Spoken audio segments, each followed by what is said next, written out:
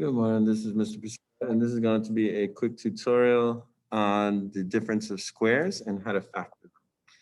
Okay, so let's take a look at our quick example here. So here we have 81 times w squared minus 1. So your first question might be, well, how is this a difference of squares if we're minusing 1? Well, 1 times 1 is just 1, right? So you could realize that and use that to your advantage. So if you have 1 squared is equal to 1, right, we could replace this with 81, w squared minus 1 squared. Because they're equivalent to each other, because 1 times 1 is 1.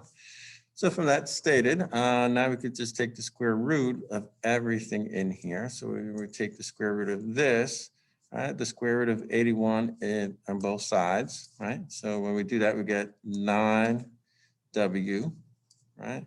So we're going to write that twice, okay?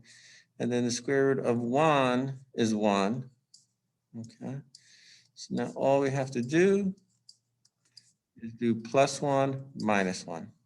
Okay, and that's how you solve and factor the difference of squares. Now we could check this, and let's check this to see if this works.